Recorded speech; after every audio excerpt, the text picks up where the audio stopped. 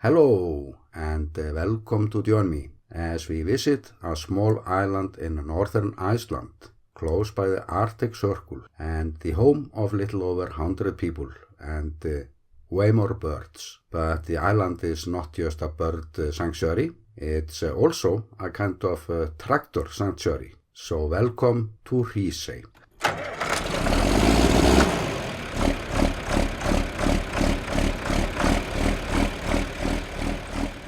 Hrísey is Iceland's second biggest island and is situated approximately 35 kilometers north of Akureyri, the capital of northern Iceland, or by the mouth of Eyjafjörður, Iceland's deepest fjord. And we start the journey here in a little village called Árskógssandur, or from where the ferry sails to the island every 2 hours or so during summertime. And the boat trip takes only around 15 minutes. Hrísey is categorized as a fragile community due to population decline as a result of lack of jobs, and like with most other small villages around the coast of Iceland, it's hard to keep the young people around as the job options are very limited. Tourism is however growing, and the frequent and cheap ferry trips keep all options open when it comes to long or short stayovers. And the first thing we notice as you come into town are all the old tractors. Some are even used to drive the tourists around, and we can often find them parked like family cars, but many of them are just a kind of decoration and a good idea as such. There is a little souvenir shop by the harbor that sells artwork from the local people, but it might not be open all the time. So there is this phone number to call for service that reflects the easygoing life around here, and the fact that this is not a big market that doesn't support full-time staff, but they do their best. And as I start to move around, I notice first all the old houses, and most of them have been renovated. The streets are very clean, and for me, this is one of the nicest villages in Iceland to walk through. Different houses, and not perfectly lined up as a new town would be designed today. And the town itself is a kind of museum of its own, and it's easy to get a feeling for its old soul. But its history dates back to the days of the settlement of Iceland. Then later on, the island was used as a base for the fishing industry, first by Norwegians and Swedes, and later this became one of the largest herring harbors during those golden herring years. But the Icelandic Klondike adventure didn't last, and the community took a blow when the herring disappeared in the 70s due to overfishing.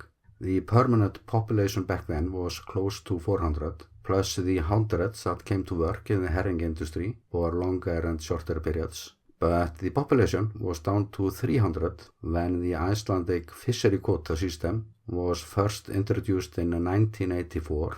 It was originally intended to be a short-term experiment, but made permanent by the Icelandic Parliament in 1990. And then the larger companies started to buy up the smaller pieces of the pie, often causing small fishing towns to shrivel up. And in the case of Hrísey, most of the fish process was moved to a nearby town as the local freezing plant was losing money. So many of the small players on the market disappeared.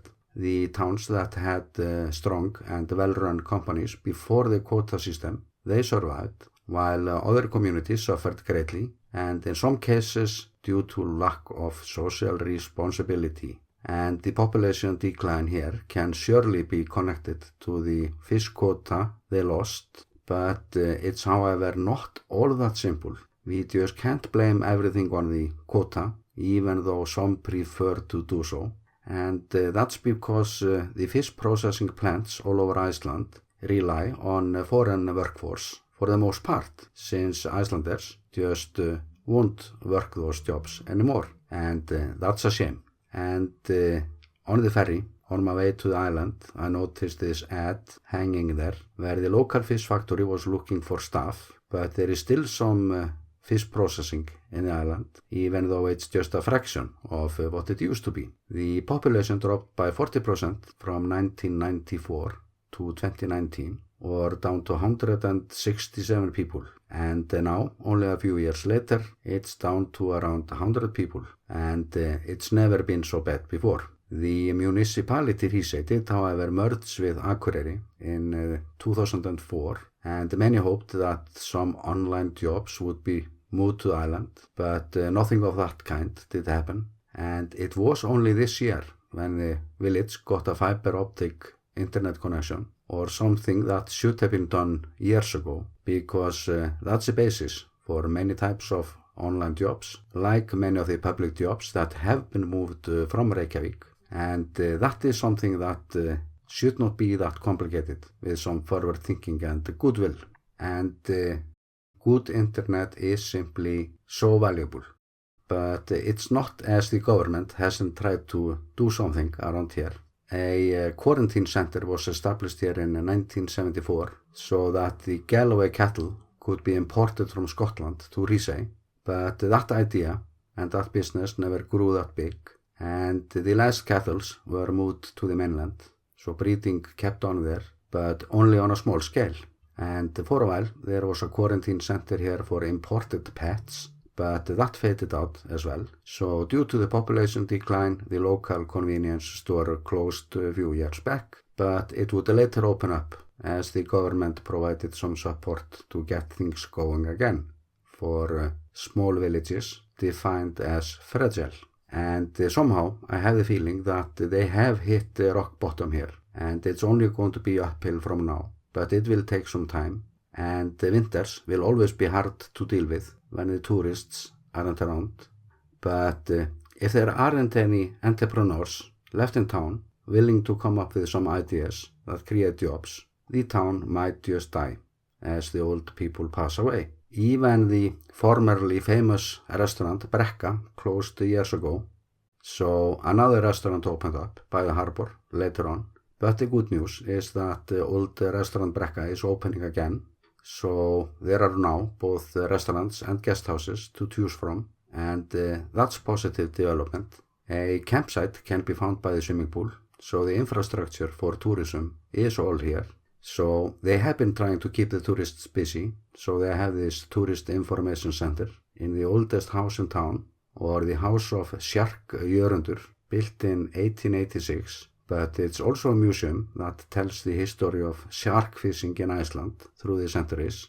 And in addition to the tourist information center, the municipality owns a house that once belonged to a lovely old lady that was often called the grandmother of Hrísey. She was actually a good friend of my grandmother, and I used to stay over in her house as a child. She left her house to the municipality as a basis for a local museum. But through the Tourist Information Center, it's possible for tourists to take a look at Granny's house, or as she left it before she passed in 1998. And thinking about it, it's actually quite a rare chance to be able to visit Granny's house. And I am sure that such concept could turn into something as time moves on. And the grandmother of Hrísey gave each and every newborn in the island a bank account with a little sum of money while she lived. Her name was Alda. She never got married, nor did she have any children, but she loved children, and that's how I remember her from my childhood during my first visits to the island. But she did have plenty of animals around, often feeding the birds from her doorsteps. But the island is perhaps best known for birds, since it's a bird sanctuary, since there are no predators there, like cats, minks, or foxes. And it's forbidden to do any bird hunting there. Even the ptarmigan can live there in peace, but the other name for that bird here in Iceland would be Christmas dinner, but not in this town though. So the island is a great place for bird watchers and bird photographers, where over 40 species can be found. So I did bring my bird lens with me, but the footage I'm using today is from 2 trips, and some of it was shot 2 years ago as I was starting my town series. So coming to this place with a drone now was a bit worrying, but as a bird photographer, due to my love for birds, I am always very careful, and it's only the oyster catcher that's been changing my flight plans from time to time. They have never attacked my drone, but they tend to fly around it to scare it away, and it actually works for them. But in this tour, I took off pretty high and steep and located myself off the coast, but then this fellow showed up as I was halfway from finishing my village flyover. But he was not as aggressive as many of his brothers, so I kept my flying path this time and got away with it. And I didn't fly over the areas where the birds are for this same reason. But there are various marked hiking trails around with good information signs. And from the east side of the island we face the Flateyjarskagi Peninsula, which is a rough coastline that's been abandoned for decades.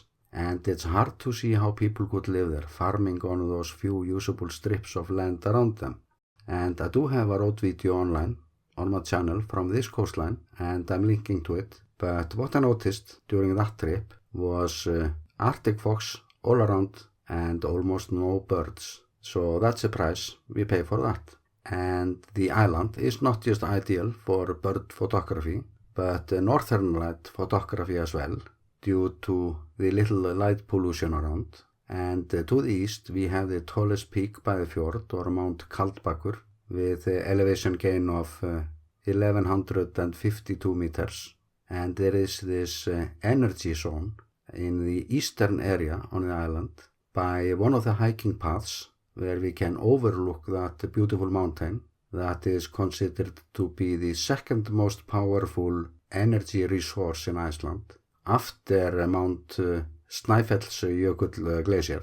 And the legend has it that energy is transferred across the fjord from this mountain to Hrísey, where they have this place to sit down, enjoy the scenery, while inhaling positive and relaxing energy. And 2 years ago I did this time-lapse of this mountain while waiting for the energy miracle to happen. But it wasn't until I got back, after a long walk with a full camera backpack, that I found out that the local bear did way more for me. But I always enjoy to come to Hrísey, and it would be such a waste to see this town end up as a summer camp for those who moved away, not even renting the houses as budget options in the growing winter tourism market all around the fjord.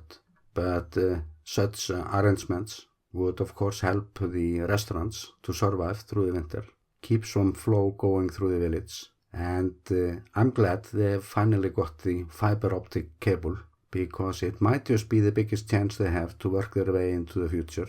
And even though winter tourism is on the rise, the mentality to take on that market isn't to be found everywhere, especially outside the Reykjavík region. But those small villages need only a small portion of that pie to thrive through the winter. But too often I hear words like it's cold during winters, some roads might close, and all that. And the people in the rural regions tend to forget that such facts might just be the strongest sales points. Like winter photography is a thing of its own, like the Northern Lights, and I see only possibilities, even though Hrísey is an island, because that is an attraction of its own. And finally, I want to mention that with this video I have covered each and every village by the deep Eyjafjörður, and many of them are doing good things, each with its own character and services, or something that makes them stand out and tell us it's something different out there, worth visiting. And my journey through Icelandic towns and villages will continue, of course. Still a lot to cover, so please remember to click on like for what you like. And new subscribers are of course very welcome on this long journey through each and every town and village in my home country, Iceland.